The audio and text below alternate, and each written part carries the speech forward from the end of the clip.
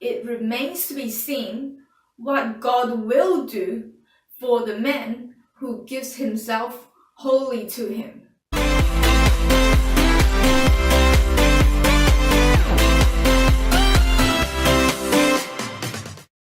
Hi everyone, and welcome to the third episode of Reformed Cookies.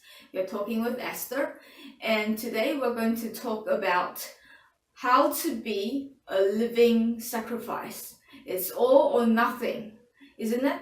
Before we begin today's heavy topic, I have a treat for you. Just last week, my housemate made some Reformed cookies and gave it to the youth group. So here's a clip. Yeah, don't come, but just say it. Okay. Welcome to Reformed Cookies. Reformed Cookies! Yes. Look at this! Look at that. And she will talk about some Christian life. It's like how to working, how to breathing, how to thinking as a Christian.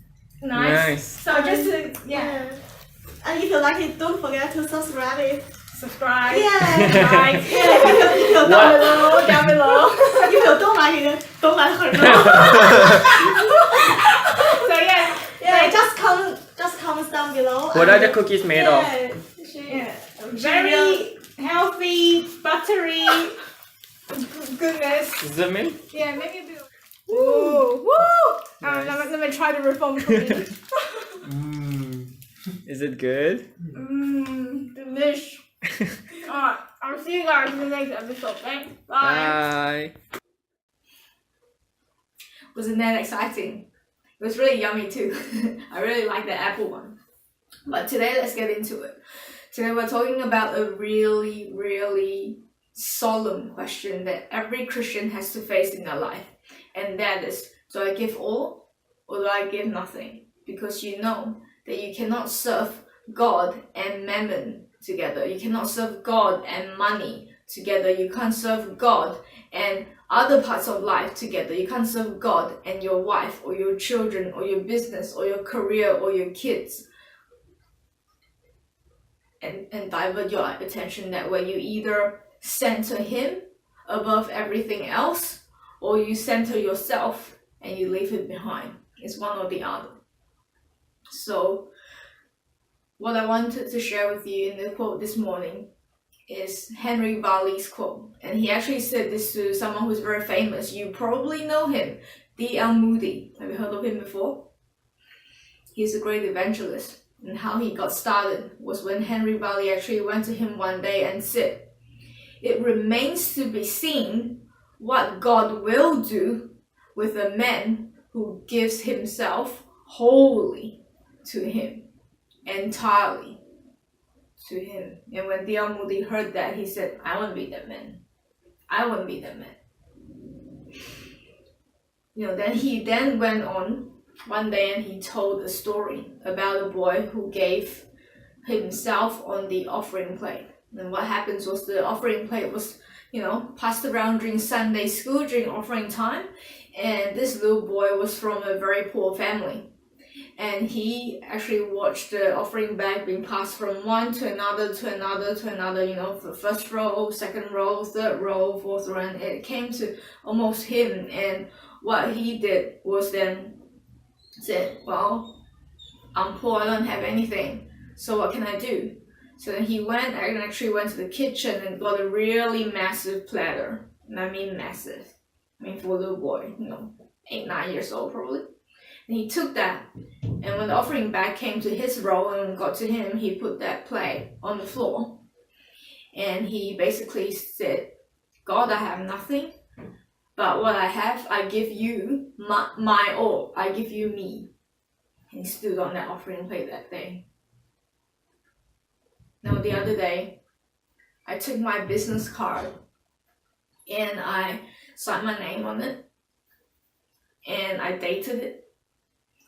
And I put that business card in the offering bag.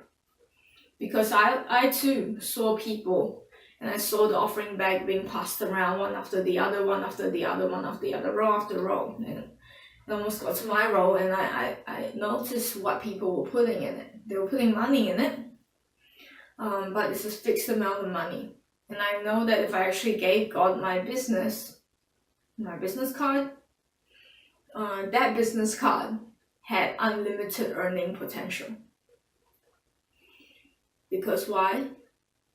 When I actually heard that story about the boy who actually put himself on the offering plate, back when I myself was about 6 or 7 years old, and I heard it in 3 different occasions in 2 different countries in Sunday school, I told myself, I want to be that person.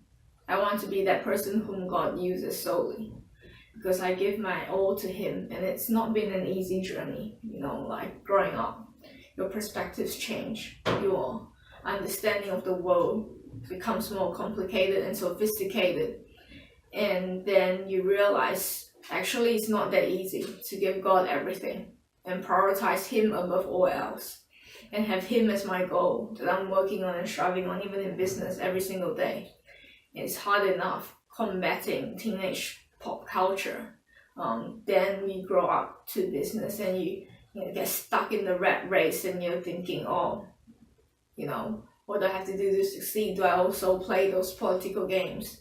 And now when I'm starting my own business, it's like, do I just do business and then I will sacrifice God's work and sacrifice ministry, at the expense of everything and the expense of business? Or do I actually use my business to glorify Him? And what sort of testimony I gotta lead? What sort of holiness I gotta lead in order to make sure that I can really give me? I'm already in an offering bag since I was 6 or 7, but what do I have to do to give me and my business and everything that my business owns back to God?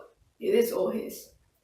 My dad once told me, when we were struggling with finance, when I was maybe in sort of uni, it's about 18 or 19, when they were driving home, we had to move away from the city because, we had to sell our more expensive house to buy a cheaper one way, way, way out in the country. And actually on the way back, we see cows. That was how rural it is.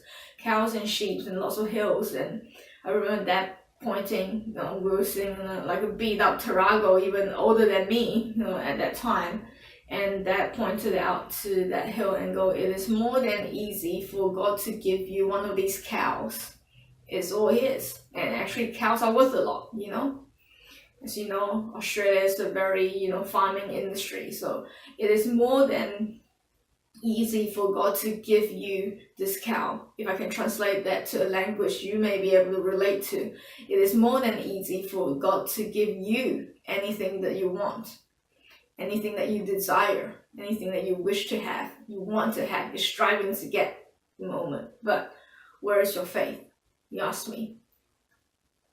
And today I want to ask you the same question. It is more than easy for God to give you anything that you ever wanted, everything that you ever needed. But where is your faith?